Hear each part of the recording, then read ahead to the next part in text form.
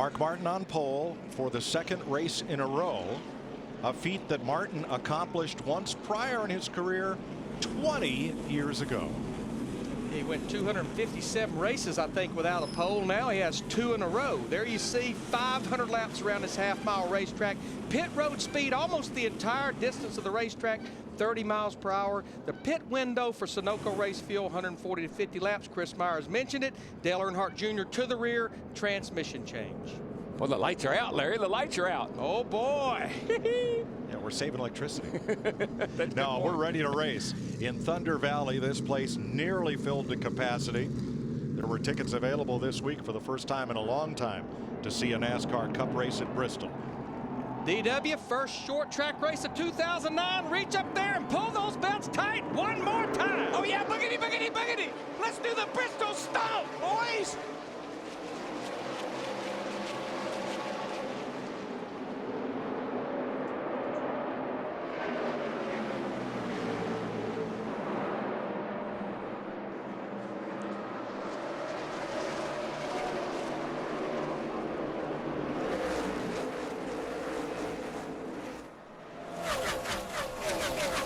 Greg Biffle got a good jump on Jimmy Johnson on the break, jumped up to third. Behind our front row cars, Martin and Ryan Newman. I think Biffle will be good today if those ribs that he hurt on his boat dock, if they don't come a problem for him today, he's got a fast race car. Tell you what, Ryan Newman, he wants the lead. Mark Martin in that 5, he got his 5 bonus points. How about Newman? He'll take the lead here on lap 3. And Mark, it's a veteran move right there. Move out of the way and let that faster car go. Otherwise, he'll wreck you. Early in the race, I'm talking. Now, I don't want to see that all day, but right now it's okay. Jeff Gordon moving up as on Dave Blaney. Blaney had a great qualifying run. So did Todd Bodine among the sponsorless teams or minimally sponsored teams, but both of those cars not so much advancing, and Jimmy Johnson takes third spot back from Greg Biffle. Tell you what, Dave Blaney in the 66 was one that I talked about in the opening about being a little concerned about their race trim, but he looks pretty solid right now here in the early going. Blaney's a great little driver, and of course that car hadn't finished any races this year, but it's made all of them. His car owner, Phil Parsons, ran in the Legends race here last night. Got a good 6th place finish, driving a car of the same number. I've been watching this 26 car of Jamie McMurray. He is working that high groove, and that's where he's passed every car that he's passed in the 2nd groove off the bottom. See, up until they redid the racetrack, the first time you saw somebody up the track, we'd be screaming, he's up the track, he's in the wall. Not anymore. A lot of grip up there. Now, I mentioned Todd Bodine in the 64. He's kind of hung on the outside of this 2nd pack. Here they come. And Eric Almirola and Michael Waltrip working to get past. Yeah, Todd just got in, or Michael just got into Todd. I don't know how much damage it did to Michael's car, but it sure looked like he got a piece of that right front tire. Oh, 3 wide for a second there as Martin Truex tried to take advantage. Things are pretty much jammed up from right there on back. But look at the cars. There are places to go. There didn't used to be any place to go. By now, we're on our 10th lap. We would have the leader at the back of the field trying to lap cars. Today, there's a pretty good gap because these guys can race each other and not be held up by someone. But I tell you, that's what really makes it interesting as we're riding with Denny Hamlin. Darrell talked to him on the pace laps. Right now, Hamlin has actually fallen back, or he stayed about where he started. He's in the 23rd position. But yeah, that's what really changes the complexity of the race, is when the leader catches the back of the field, that pulls everybody up to the leader. Jimmy Johnson just moved under Mark Martin on the front straightaway to take over 2nd place. And I talked to Chad this morning, and he said that Jimmy was really happy with the car. The car was nice and snug.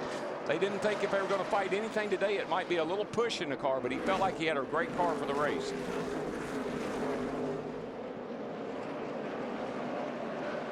Johnson just about 7/10 of a second behind race leader Ryan Newman. And here's Kyle Busch, who started 19th in the number 18, running 14th alongside Scott Speed. I just hope that Kyle Busch has put yesterday behind him. He finished 6th in the Nationwide Series race, had a car to win the race. They had a snafu in their last pit stop, had to go to the tail end of the longest line late in the race. He could only get back to the 6th position. I got to tell you, though, he's learned his lesson. He threw his stuff in the car and he left. He didn't stay there and say something that would have gotten him in trouble. I think he's really matured a lot. I know he got hot yesterday, but I would have hot too if I'd have been him. He just moved past Reed Sorensen in the 43 car. Reed was one of the ones I talked about. He's fallen back to 14th now. Tony Stewart coming up behind him in the 14. Jeff Gordon has caught David Rudiman. Rudiman in 5th, had a strong practice in qualifying. Now Jeff goes to the bottom. His last time through turns 1 and 2, he was way high up the racetrack, testing that high groove. All right, now action's going to pick up here very shortly from about Todd Bodine, Joey Logano back here to Joe Nemechek. That little group right there, because they're going to, spotter's going to be saying the leader's coming. Quit letting those guys hold you up, and that's when we have trouble. Gordon gets 5th as you watch that battle on the left of your screen from Todd Bodine in the 64 from 23rd on back. Yeah, he's on the same straightaway almost as that group. 20 race cars. But we're at coming up on 20 laps, and the leader is just about ready to put the 09 car Sterling Marlin a lap down in 20 laps. And it won't be long, 10 more laps, and he'll be looking at the whole back of the field. See Kurt Busch there in that 2 car. Just did not get a good qualifying run in on Friday. And just so you know who's in that group, Kevin Harvick is in that group. Dale Jr.'s in that group. That's Carl Edwards, Matt Kenseth. These guys are going to have to make something happen. Clint Boyer was getting aggressive with Paul Menard, trying to find a little racing room. As you're right, Darrell, suddenly the rearview mirror is beginning to fill up for some of these fellows toward the back of the pack, and that includes last year's winner here, Jeff Burton. Ryan Newman, your leader in Bristol.